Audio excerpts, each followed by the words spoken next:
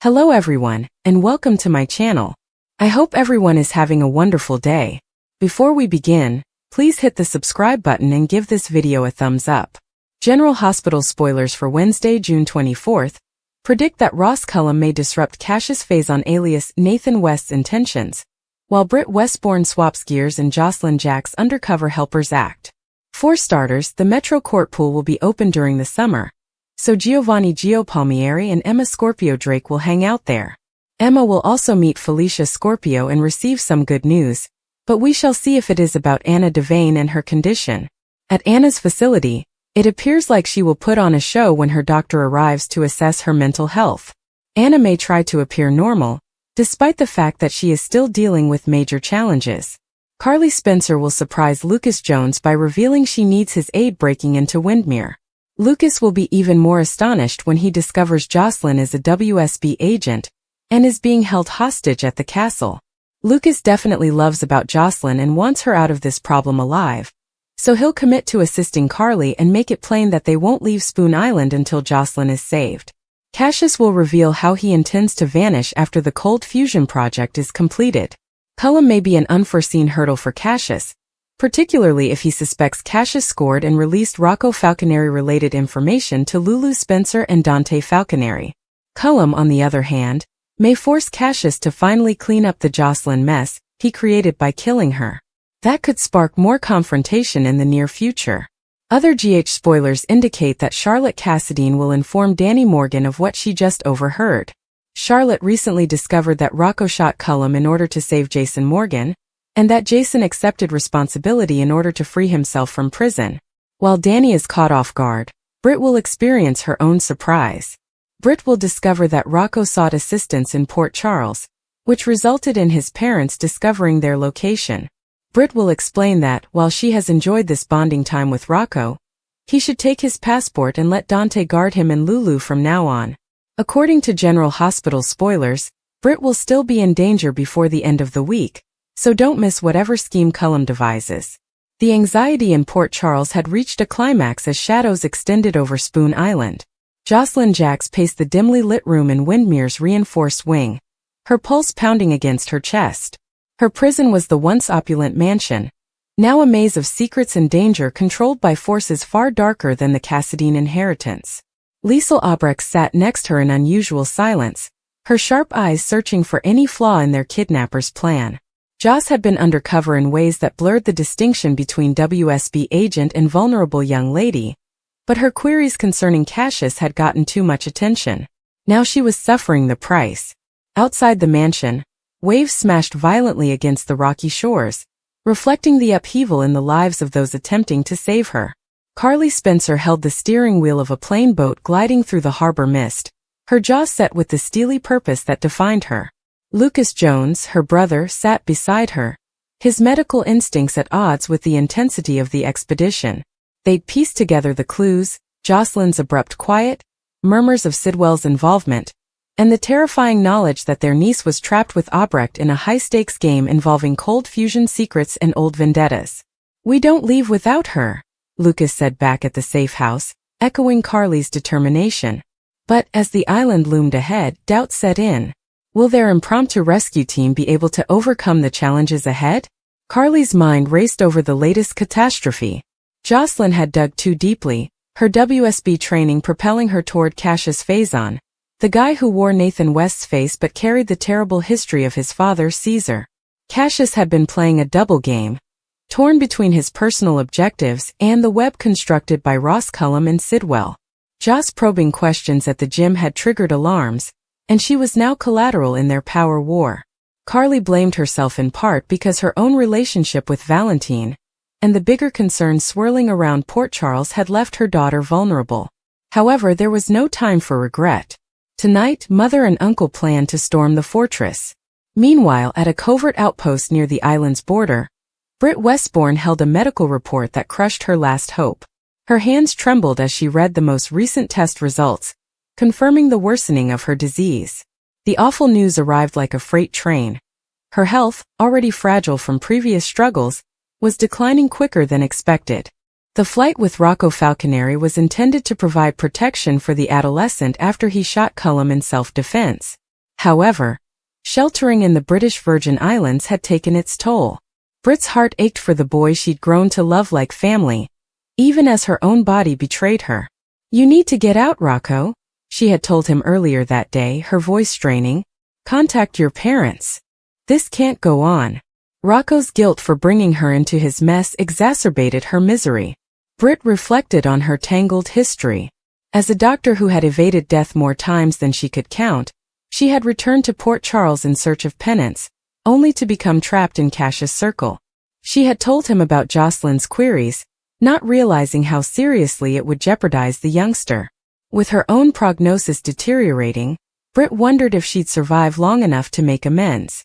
She sent a cryptic message to Anna Devane, thinking the old ally might cooperate from afar, but the isolation was heavy. Bad news like this brought priorities into sharp focus: survival for herself and Rocco first, then any assistance she could provide Joss from the shadows. Back on the mainland, Ross Cullum nursed his wounds from the previous confrontation, his eyes glowing with controlled wrath. The shooting by Rocco had been a setback, but Cullum was nothing if not tenacious. He had built his empire on cold fusion breakthroughs and ruthless partnerships, and he was not about to let Cassius get away undamaged.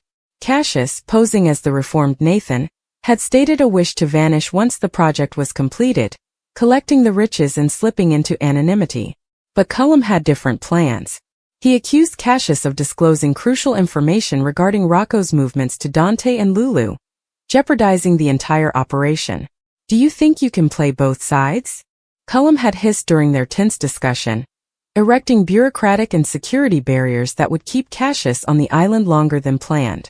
Surveillance tightened, communications were selectively disrupted, and critical people loyal exclusively to Cullum were relocated. It was a covert sabotage intended to force Cassius' hand and reveal any treachery. Cassius paced his own quarters at Windmere, his dual identity weighing heavily on him. He had already spared Josslyn from Sidwell's anger, shoving her back inside the room out of twisted protection more than cruelty. Something about the fiery young woman aroused Nathan's humanity. However, his Phazon blood demanded survival at whatever cost. Cullum's impediment complicated matters. If he couldn't get out of the fusion deal cleanly, he risked being exposed, or worse, getting shot by his so-called partner. Cassius considered his options: help the rescue discreetly or double down on the confinement to demonstrate his worth to Cullum. The rescue occurred under a moonless sky. Carly and Lucas parked their boat in a hidden bay, their hearts racing as they walked the perilous roads to the mansion. Carly's years of outmaneuvering foes from Sunny's world to her own corporate conflicts paid off. She moved with subtlety born of desperation. Lucas, prepared with medical supplies in case Joss or Albrecht required quick assistance, followed closely. "She's tough like her mom," Lucas said, attempting to reassure them both. However, the island's security was tighter than imagined, with the repercussions of Cullum's intervention felt everywhere. They got to a service entrance and picked the lock with tools taken from Jason's network. Inside, the alarm stayed silent for the time being, but tension rose. Sensing movement, Josslyn pushed her ear to the door of her holding room. "Someone's coming," she told Albrecht, who nodded grimly. The older woman had her own regrets. Her machinations had frequently jeopardized future generations, and now she was imprisoned with Jack's daughter. Carly indicated Lucas as they crept down the corridor. A guard unexpectedly rounded the corner, and Carly acted instinctively, silently subduing him with a hefty vase. Lucas checked his pulse to ensure he was still alive.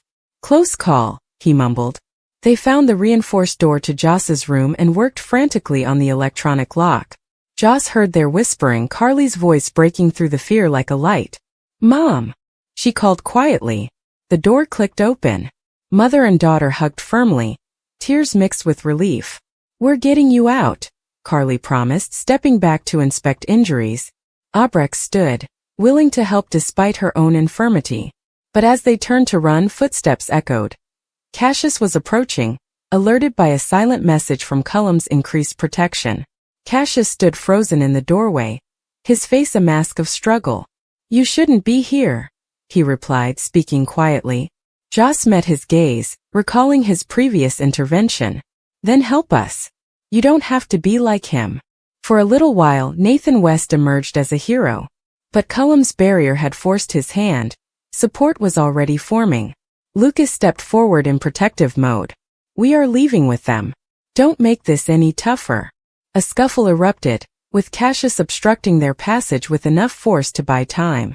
Carly delivered a strong punch, calling on her street-savvy background, as Lucas assisted Joss and Albrecht to the exit. Alarms finally rang as they surged into the night. Gunfire broke out from Cullum's soldiers stationed around the perimeter. The group dove for cover, their hearts racing. "This way!" Carly cried, leading them to the cove. But Sidwell's men, alerted by the turmoil, closed in. Cassius, stuck in the center, fired warning shots to distract pursuit, while subtly directing the escape route away from the most dangerous traps. His barricade with Cullum had backfired in the greatest possible way, causing just enough uncertainty for the rescuers to get through. Britt, monitoring from afar via a secure line she had risked initiating, provided them with information on patrol patterns. Her awful news hurt her, but she refused to let it stop her from contributing. "Head east, avoid the north dock," she told Carly via communications. Rocco watched anxiously beside her, the boy's own anguish motivating his desire to assist remotely. The boat waited, but the route was treacherous. As they approached the shore, a bullet grazed Lucas's arm, leaving blood on his clothing. "Keep moving," he insisted, ignoring the agony. Joss assisted Albrecht aboard, her WSB training paying off as she returned fire with a borrowed weapon. Carly steered them away, the engine roaring to life amid the shower of bullets hitting the lake. Survival was hung on a thread. Cassius stood behind as they hurried toward Port Charles, braced for Cullum's rage. The villain accosted him in Windmere's Grand Hall, accusing him of leaking information and dividing allegiance. "You cost us everything tonight," Cullum hissed, his barrier now a weapon facing inward. Cassius kept his cool, pretending to have confined the breach, but the harm had already been done. His efforts to disappear were postponed indefinitely. In the boat, relief flooded over the group, tempered by pain and tiredness. Carly hugged Joss hard. "I thought I'd lost you." Joss, frantic, detailed her captivity, the psychological games, Sidwell's threats, and Cassius' ambivalent sympathy. Lucas attended to his wound and Albrecht's minor afflictions while his doctor's hands remained firm throughout the ordeal. "We made it," he murmured, his gaze scanning the horizon for pursuers. They docked under the cover of allies waiting on the shore, with Anna Devane communicating with local officials and Jason Morgan supplying assistance. Britt's communication had saved them valuable time. However, her own position remained bleak. Back in hiding, she slumped briefly, revealing the awful news and physical symptoms that worried Rocco. "I'll be fine," she lied, wanting him to fully communicate with Dante and Lulu now that the immediate danger had passed. Port Charles was buzzing with activity in the aftermath. News of the rescue spread through murmurs at General Hospital, where Britt later sought covert care, keeping her condition a well-kept secret for the time being. She shifted gears, focusing on stabilizing Rocco's comeback while dealing with her own death. Doctors suggested new treatments, but the prognosis drove her to face unfinished business with her family and Cassius. Cullum, enraged by the island's failure, tightened his grasp on the remaining assets. His obstacle for Cassius grew into complete monitoring, implying a deeper treachery. Cassius, meanwhile, planned his next move, either openly supporting the heroes or retiring into the Phazon shadows. His connection with Joss lingered, a glimmer of hope that might still lift him out of the gloom. Josslyn, safe but shocked, met with the WSB to discuss her ordeal, which had given her new strength. She addressed Carly about the risks she had taken, as their mother-daughter bond grew stronger via fire. Lucas healed swiftly, and his role in the rescue earned him quiet respect from the Corinthos family.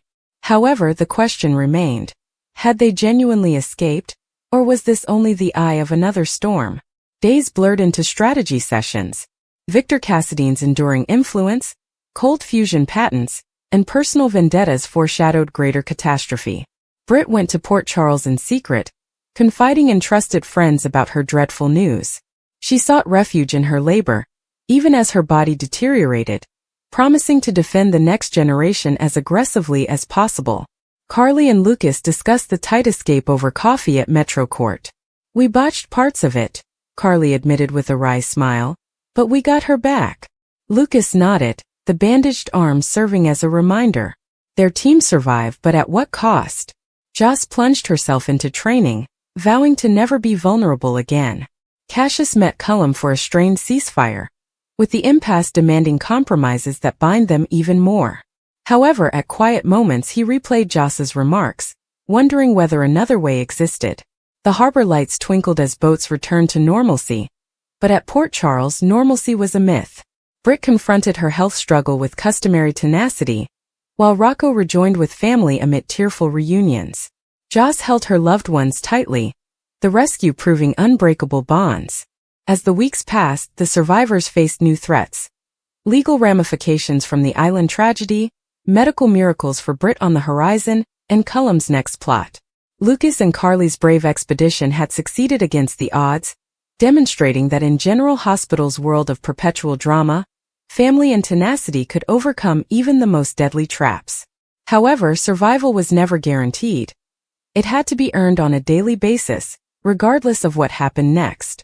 The waves around Spoon Island calmed, but beneath the surface, currents of vengeance and redemption churned, preparing to drag them down once more. A sound resonated nearby. Both people froze. The source's face was robbed of color. "They found us," the source muttered. Within seconds, terror had replaced cooperation. The source fled. Cassius tried to follow, but he rapidly lost sight of them. Another opportunity had slipped away. The frustration was nearly excruciating. Meanwhile, Britt was dealing with her own personal fight. Several friends had noted her strange behavior. She tried to act normal, but no one was convinced. Those who knew her best recognized that something was awry. Finally, a trusted confidant approached her directly. Britt first resisted. She insisted that everything was okay. She claimed she was just sleepy. Even she couldn't believe the excuses. Eventually, the pressure became too great. The reality began to emerge piece by piece. As she described the situation, emotion pierced the defensive walls she had painstakingly built. Fear, uncertainty, disappointment, all of it surfaced. Her companion listened with no judgment. Sometimes support did not necessitate solutions. Sometimes just being present was enough. Britt felt less alone for the first time since receiving the dreadful news. The comfort was just momentary, but it was helpful. The rescue crew continued their search for Josslyn at another place. Every lead prompted additional queries. Each solution revealed new complexities. Regardless of the setbacks, they refused to quit. One breakthrough occurred unexpectedly. A piece of surveillance tape revealed a key information that had previously been overlooked. The image quality was terrible, but it was sufficient. The footage revealed a relationship between previously unrelated incidents. Suddenly, the probe gained traction. The team determined a possible location. Hope returned. Cautiously, tentatively, but it is undeniable. As plans for a possible rescue effort began, emotions ran high. Everyone realized the dangers. If Josslyn was genuinely being detained against her will, the situation might soon escalate. Still, waiting was no longer an option. Action had become necessary. As night fell, the rescue team went into position. The atmosphere seemed tight. No one spoke longer than required. Each individual concentrated on their designated duty. Failure could lead to dire repercussions. Success could save someone's life. Inside the supposed site, Josslyn battled to stay strong. Despite exhaustion and fear, she refused to give up hope. She expected someone to come seeking for her.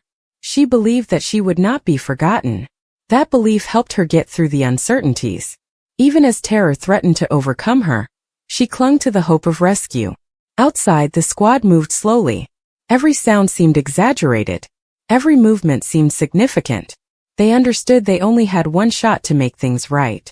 Back across town, Cassius continued to piece together the information left behind by his enigmatic source. Although the conference ended abruptly, a few details remained valuable. When paired with other material in his possession, a clearer picture developed. The linkages lead directly to Cullum. For the first time, Cassius believed he had enough information to challenge him. Another problem remained. Will he be able to act before Cullum finds out what he knows? That question weighed hard on his thoughts. Cullum, however, had disturbing news of his own. Reports suggested that events were beginning to spiral out of his grasp. Several meticulously planned strategies had met unanticipated resistance. People he thought predictable were making unanticipated decisions. The developments irritated him. Nonetheless, he was desperate to keep his lead. He'd conquered challenges before. He meant to do this again. As the evening continued, different storylines came into conflict. Britt had an uncertain future. Cassius sought hazardous facts. Josslyn awaited rescue. People around them found themselves drawn into increasingly intricate circumstances. Nobody understood exactly how the events would play out. Nonetheless, everyone had a sense that something was about to shift. The squad finally made their move at the rescue spot. What happened was quick, hectic, and emotionally heated. Voices shouted. Doors opened. Footsteps resonated down the small passageways. For several painful moments, no one knew if the operation would succeed. Then came the breakthrough. Josslyn was found. Relief surged over the group. The emotional release was immediate and powerful. After so much uncertainty, just seeing her alive seemed like a win. Friends rushed to help her. Questions can wait. Explanations may come later. At that point, the only thing that mattered was getting her to safety. As the rescue squad left, tiredness blended with appreciation. The ordeal had altered everyone involved. Certain wounds would take time to heal. Some answers remained uncovered. But hope had endured. And at Port Charles, hope was often more potent than fear. The night concluded with many questions yet unanswered. Cassius remained at odds with Cullum. Britt faced difficult decisions about her future. Josslyn began the hard journey of healing after a horrific encounter. But underneath the remaining concerns was a shared determination. No matter how complicated the path ahead grew, none of them planned to face it alone.